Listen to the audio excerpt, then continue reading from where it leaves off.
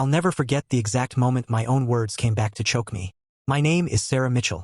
I'm 55 years old, a widow now, living in the same modest brick house outside Chicago where I raised my 2 children. That night the television was blaring in the living room, the smell of burnt microwave popcorn still hanging in the air, and every news channel had the same headline scrolling in bold white letters. Wall Street's youngest billionaire steps in market saved. And there he was, my Jake, 30 years old, standing at the podium in a charcoal suit that cost more than my entire car. Calm as Sunday morning, speaking numbers and strategies that made the anchors whisper in awe. The youngest billionaire in Wall Street history. The man they said the entire financial world had begged to come out of hiding. I dropped the remote. My knees gave out right there on the faded carpet, because all I could hear was my own voice from 7 years earlier, sharp and certain in our tiny kitchen, the wooden spoon still in my hand. You're just a stockbroker, Jake. Stop wasting your life chasing numbers on a screen and get a real job like your father. Those words had felt so right back then. Let me take you back the way every honest story needs to begin. Before any of this, our house smelled of coffee and Sunday pot roast. Tom, God rest his soul, would sit at the head of the table in his faded blue work shirt, newspaper open, reading the headlines aloud while I served plates. Emily, our sensible daughter, would laugh at her father's jokes and talk about lesson plans. And Jake would sit quietly, tie loosened, eyes bright with whatever new stock chart he'd studied until 3 in the morning. I loved him fiercely, but love, I thought, meant steering him straight. Son, I'd say gently, patting his shoulder. The market is gambling. We want security for you. A steady paycheck. A house you can actually pay for. Tom would nod.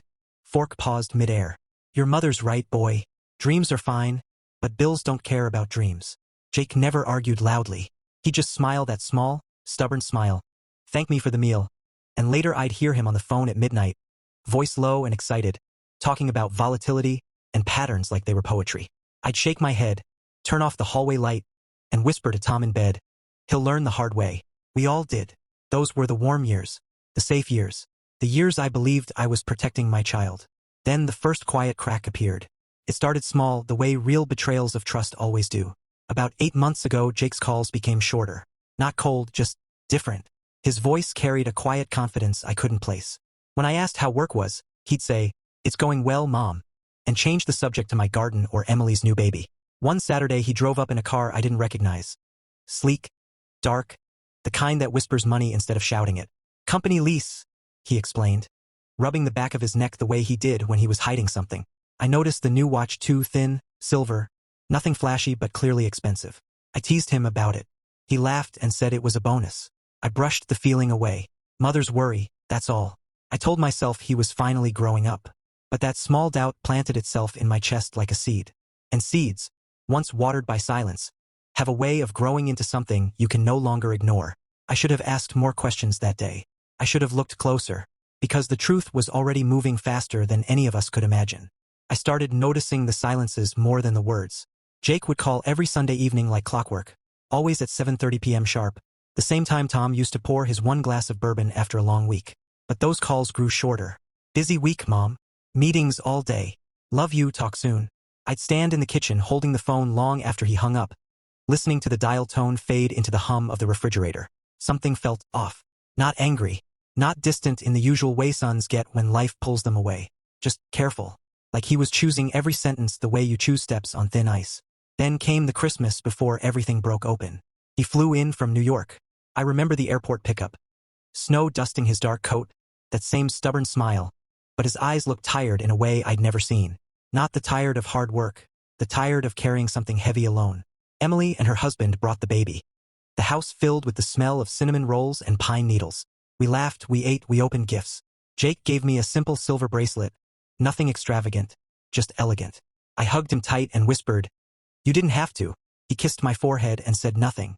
That night, after everyone went to bed, I found him on the back porch staring at the frozen garden. No coat, just standing there in his sweater, breath clouding the air. I wrapped a throw around his shoulders and stood beside him. "Everything okay, sweetheart?" He nodded too quickly. "Yeah, just thinking." "About what?" He exhaled slowly. "About Dad. About how he always said the market would eat me alive if I wasn't careful." I laughed softly, trying to lighten it. "Your father worried because he loved you."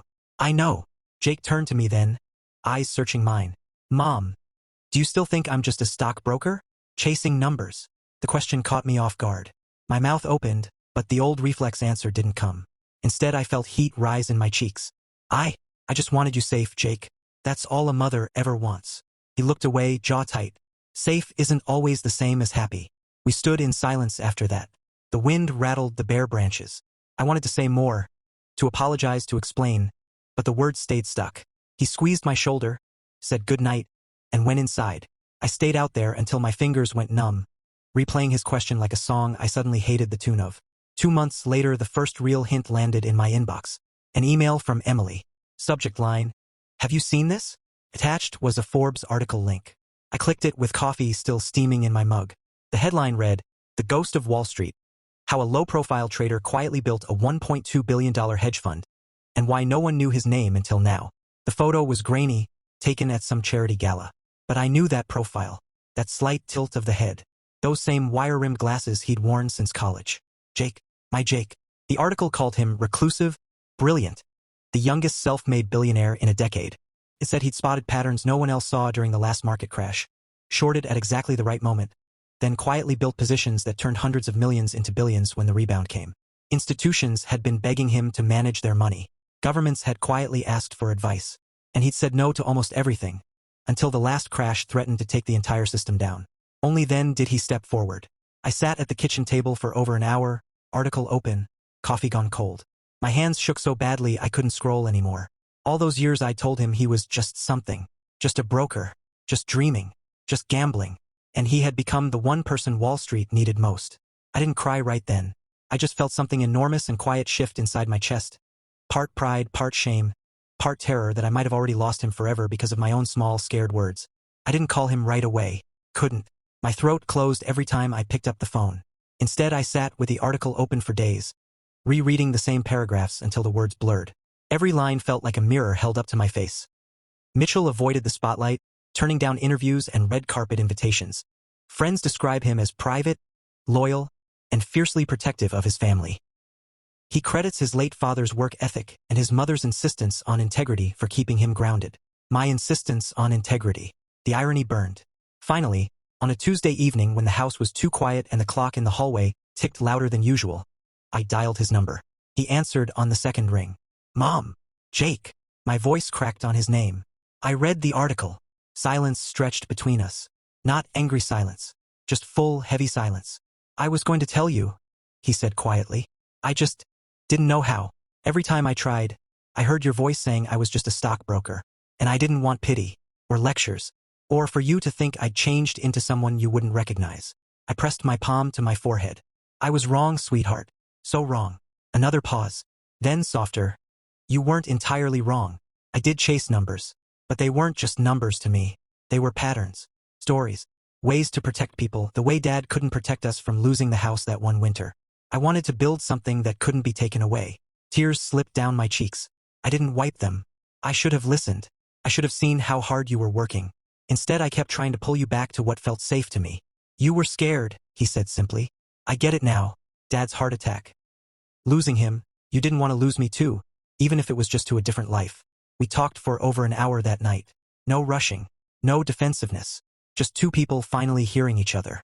He told me about the nights he almost quit, the friends who turned on him when money came between them, the moment he realized billions in the bank didn't fix loneliness. I told him how proud Tom would have been, how proud I was, even if it took me too long to say it out loud. The news spread quickly after that. Neighbors started stopping by with casseroles and curious glances. Emily called crying happy tears, saying she'd always known her little brother was special. Colleagues from Tom's old factory sent messages on Facebook, proud as if he were their own son. And yes, a few people whispered things like, "Must be nice to be rich," or "Wonder if he remembers where he came from." But most just smiled and said, "That's our Jake." He came home the following weekend. Not in the leased car this time. He drove my old Subaru he'd kept in storage because it still smells like Dad. We sat on the porch swing like we used to when he was small.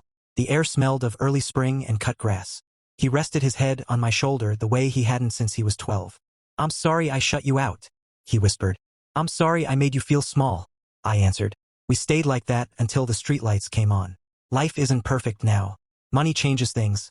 Expectations, friendships, even family dinners sometimes feel different. But it hasn't changed the important parts.